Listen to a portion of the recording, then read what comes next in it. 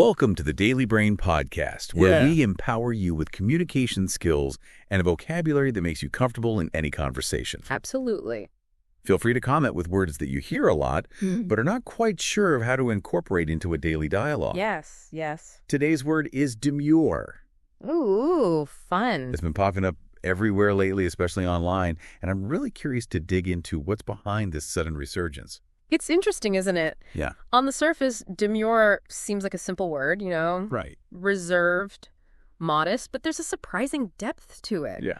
It's been around for nearly 7 centuries, and its meaning has shifted quite a bit over time. That's right. Merriam-Webster even named it their 2024 Word of the Year, Wow. with a whopping 1,200% increase in lookups. It's a lot. Yeah, what's fascinating is that this resurgence happened right after the isolation of the COVID-19 pandemic. Right. Almost like a reaction to all that time spent away from in-person interactions. Yes, and that connection to the post-pandemic world is a key part of understanding the trend. It's like after all that time online, we're re-navigating social dynamics and figuring out how to present ourselves again. So how does demure fit into all of this? Well, Is it just about being shy and reserved, or is there something more to it? the dictionary definition highlights shyness and modesty being reserved in a way. But demure has also historically been used to imply a kind of affected modesty, almost like a performance. Interesting. And that's where things get really interesting, especially with the rise of the very demure, very mindful trend on TikTok. Yes, the TikTok trend. You know it. You're talking about Jules LeBron, right? Exactly. Her videos are hilarious, applying demure to everything from exiting a plane to attending a drag show. Exactly. LeBron, who is a trans woman, uses demure to satirize traditional expectations of women. Okay. She's brilliant at exaggerating those expectations for comedic effect, like poking fun at the frantic rush to get off a plane or that unspoken competition for overhead bin space. Oh, yeah, I've seen those. Yeah. It's such clever satire, and it seems to resonate with a lot of people. Mm-hmm. Do you think this connection to humor is a key part of why the trend has taken off? I think so. It's relatable. Oh. LeBron's videos tap into this broader, clean girl aesthetic that's been so popular lately, but she's doing it with a wink and a nod. I'd say. It's like she's saying, look, we can strive for this effortless perfection, but let's not take ourselves too seriously. Okay, so you're saying it's about finding a balance Yeah. between striving for something and being able to laugh at the absurdity of it all. Exactly. And I'm also curious about the deeper layer here. Mm-hmm. LeBron doesn't just use demure for laughs. She also weaves in personal stories about her transition journey and mental health challenges. Yes, and that's what makes her content so compelling. Yeah. She's not just putting on a persona, she's sharing her authentic self-vulnerabilities and all. She even talked about how her mental health struggles impacted her dental care routine, which she somehow framed as being demure. It's amazing how she can find humor and connection in even the most unexpected places. I know, right? And it's important to note that she's found significant financial success through her demure content, which has been instrumental in helping her finance her transition. That's a really important point. It Yeah. speaks to the power of finding your voice and connecting with an audience authentically. So demure has gone from a word describing modesty to a satirical commentary on societal expectations to a platform for authentic self-expression. It has. It's quite a journey. It is, and it's not over yet. Huh? I think this evolution of demure tells us a lot about where we are as a society, especially post-pandemic. There's this yearning for authenticity, for mindfulness, for a way to navigate the world with intention. That makes me wonder, is there a connection between demure and introversion? Our listener is interested in this aspect. Okay. And I could see how someone who identifies as introverted might be drawn to this idea of quiet confidence. That's a great observation. Yeah. The psychology article we have highlights 7 signs of a demure and mindful personality. And many of them, like enjoying solitude, being an active listener, and taking time to respond, definitely align with introverted traits. So could demure be offering a space for introverts to feel seen and validated, especially online where extroversion often takes center stage? I think it could be. Oh. It challenges the notion that you have to be loud and outgoing to be successful or interesting. It's like saying, hey, it's okay to be quiet, observant, and thoughtful. Yeah. Those are strengths, too. That's a powerful message, especially in a world that often feels very loud and demanding. Right. But I also wonder if there are potential downsides to this trend. Sure. Could demure, with its focus on minimalist aesthetics, inadvertently promote a kind of elitism, or unattainable perfection? That's a really perceptive point. Like any trend that gains popularity, there's always the risk that it becomes less about genuine self-expression and more about conforming to a new set of expectations.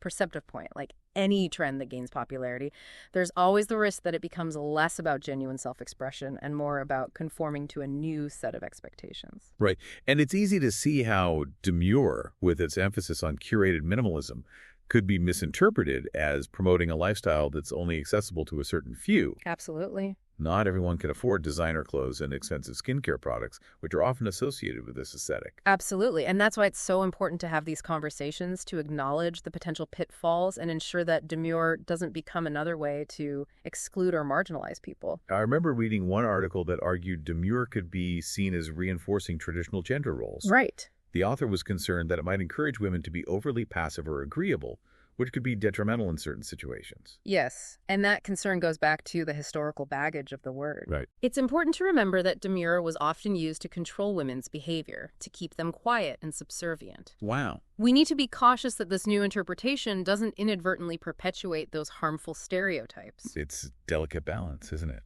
It is. How do we embrace the positive aspects of Demure?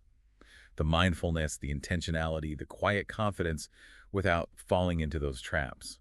I think the key lies in recognizing that demure is not a one-size-fits-all solution. Yeah. It's not about dictating how people should behave. It's about creating space for individuals to express themselves authentically. So it's less about conforming to a specific definition and more about finding what demure means to you personally. Exactly. For some people, it might mean being more mindful of their social media presence, choosing to share only what feels genuine and meaningful. For others, it might mean being a more active listener in conversations, taking the time to truly understand another person's perspective. And for some, it might simply mean giving themselves permission to embrace more solitude and quiet contemplation in their lives. It sounds like demure, in its most positive interpretation, is about finding a way to navigate our increasingly noisy and demanding world with a sense of grace and intentionality. Beautifully put. It's about choosing when to shine and when to step back, about being mindful of our impact on others, and about finding a sense of inner peace amidst the chaos. And it's worth noting that these qualities aren't exclusive to any particular gender or personality type. Right. We can all benefit from cultivating a bit more mindfulness and intentionality in our lives. I agree, and I think that's one of the most compelling aspects of this trend. Yeah. It's not just about adopting a certain look or persona, it's about embracing a mindset, a way of being in the world that can be adapted to fit individual needs and circumstances. That's right. It's about finding a balance between self-expression and consideration for others, between asserting ourselves and being respectful of other people's space. This has been such an insightful conversation. It has. It's amazing how much depth there is to a word that initially seems so simple. It's been a pleasure exploring these nuances with you. So what does all of this mean for our listener? Well, How can they apply this newfound understanding of demure to their own lives? I wouldn't say it's about trying to fit themselves into a demure box. It's more about recognizing that demure exists on a spectrum, and we can each find our own place on that spectrum. It's about being intentional and mindful, but in a way that feels authentic to you. Exactly. Maybe it means thinking twice before posting something on social media, asking yourself if it truly reflects who you are and what you want to share with the world. Or perhaps it means making a conscious effort to be a more attentive listener, really focusing on what the other person is saying and trying to understand their perspective. Or maybe it's as simple as giving yourself permission to step away from the noise and chaos, to embrace those quiet moments of reflection and solitude. Those are all valid interpretations of demure in its modern context. Ultimately, it's about finding what resonates with you and integrating it into your life in a way that feels empowering and authentic. It's about reclaiming some agency in a world that often feels like it's spinning out of control. I like that reclaiming agency, choosing how and when we want to shine, rather than feeling pressured to be on all the time. That's a powerful message. It's given me a lot to think about. And maybe that's the real power of demure in its modern form. Yeah, I think you're right. It's not about, It's not about trying to fit into a specific mold or conform to outdated expectations. Exactly. It's about creating space for ourselves to, Space to be thoughtful. winterful. Yeah. Space to be intentional. And maybe even space to be a little bit quiet in a world that's constantly demanding our attention. Yeah. It's like carving out a little pocket of peace amidst the noise. Exactly, and that's something I think we can all benefit from, Yeah. regardless of our personality type or social preferences. Absolutely. Well said. I think this has been an incredibly insightful deep dive into the word demure and all its complexities. It has been a pleasure exploring these ideas with you. Before we go, I want to leave our listener with a final thought. Okay, go ahead. Could demure, in its modern interpretation, be a way to reclaim agency in a noisy world? I think it absolutely could be.